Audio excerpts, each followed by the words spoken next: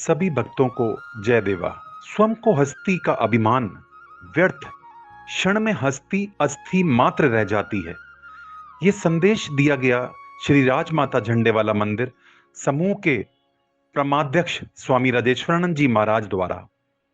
अनजान मृतकों के अस्थि अवशु का गंगा विसर्जन हेतु ब्रिज घाट गढ़ मुक्तेश्वर पर पहुंचकर अस्थियों का गंगा विसर्जन करने से पहले उपस्थित भव्य समूह को दरबार के प्रबंधक राम वोहरा ने बताया कि सनातन संस्कृति में पितृपक्ष के पावन अवसर पर दिल्ली के विभिन्न शमशान घाटों से लगभग 200 अनजान मृतकों के अस्थि अवशेषों को एकत्रित करके दिल्ली शाहदरा गोरख पार्क स्थित मंदिर में विद्वान ब्राह्मणों द्वारा मंत्रोच्चारण करके दूध, दही, शहद, गंगाजल, धृत आदि से निर्मित पंचा अमृत से अभिषेक किया गया।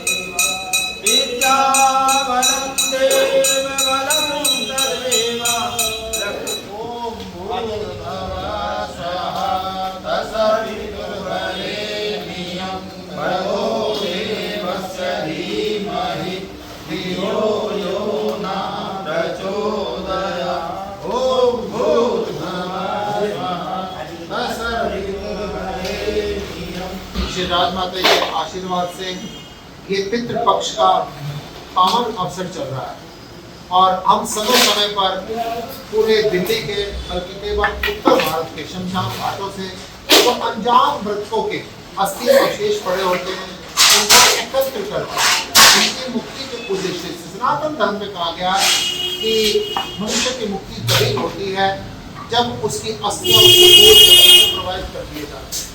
आज अनेक शमशान घाटों से ये अस्थियां संचय करके आज हमारे साथ विद्वान ब्राह्मण राम जी, स्वामी जी आपका शुभ नाम, हरे प्रकाश जी हमारे साथ, महेश्वरी जी हमारे साथ, तिवारी मनोज जी हमारे साथ, प्रधान जी वसीम साहब हमारे साथ, विद्वान पंडित रोहित कौशिक जी, सब मिलकर ये सेवा कार्य कर रहे हैं।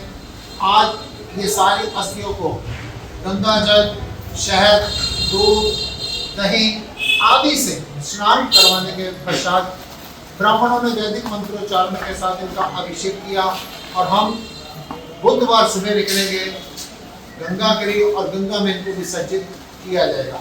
आप सब लोग भी अगर हमारे साथ चलना चाहें तो आप सादर आमंत्रित हैं।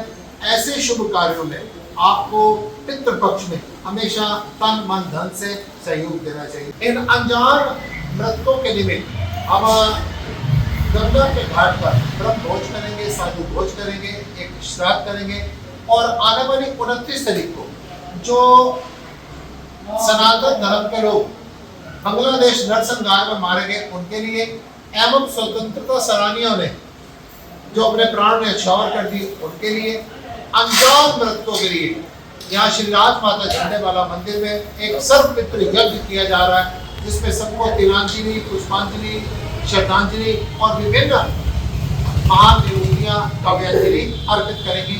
29 तारीख रविवार आप हमारे साथ रहिए। श्री राजमाता झंडेवाला मंदिर, गोरख पार्क, शाहदरा, दोपहर 11 बजे से 1 बजे सर्वपितृ यज्ञ, भंडारा और तिलांजलि और तर्पण किया जाएगा। बोल शंकर भगवान की जय। नाव द्वारा ब्रिज घाट गढ़ मुक्तेश्वर स्थित गंगा के मध्य जाकर इन फूलों को विसर्जित करने से पहले विद्वान ब्राह्मण द्वारा वैदिक मंत्रोच्चारण के साथ पूजा अर्चना की गई।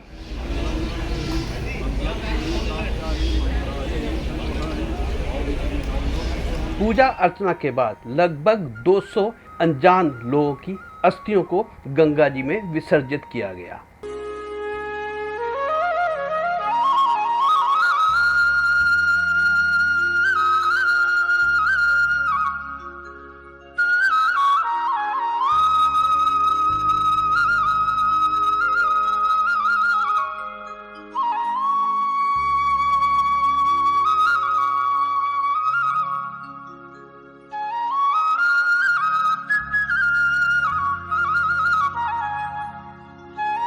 लगभग 200 मृतकों के अस्थि कलश को विसर्जन करने के बाद गंगा किनारे साधु संतों को शॉल उड़ाकर प्रसाद दक्षिणा सहित देकर इन दिवंगत आत्माओं की मुक्ति हेतु प्रार्थना की गई। अनजान मृतकों के अस्थि विसर्जन के संदर्भ में श्री राजेश्वरानंद जी महाराज ने कहा कि मनुष्य को अपना परिवार, पैसा, पद, प्रतिष्ठा का अभिमान नहीं करना चाहिए।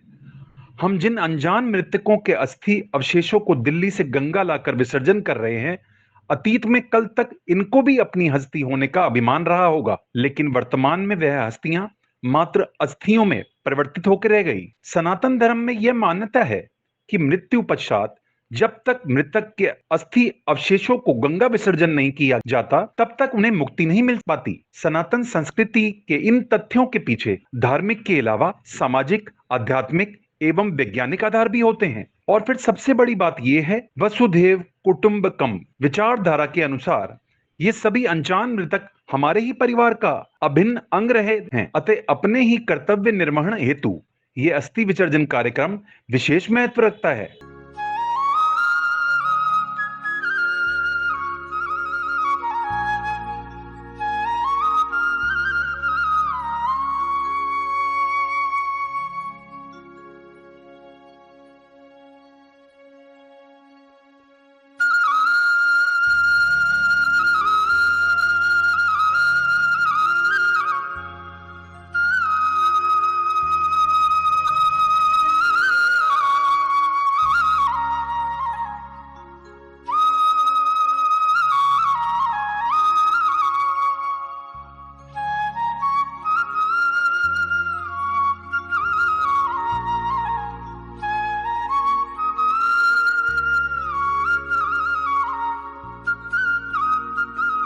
इसके पश्चात बहुत से प्रेस रिपोर्टर्स को स्वामी राजेश्वरानंद जी ने बताया, दिल्ली, जम्मू, उत्तर प्रदेश, उत्तराखंड में हमारे विभिन्न स्थानों पर आश्रम और मंदिर, समाज सेवी संस्थाएं, वहाँ पर राहत सामग्री देने के बाद वहाँ से हम सैकड़ों लोगों की रक्तों की अस्थियाँ लेकर आए थे। उसके बाद ये जो सिस्टम है लगातार चलता रहा और कोरोना काल में हमने सैकड़ों लोगों का दाह संस्कार किया और अस्थियाँ विसर्जित की।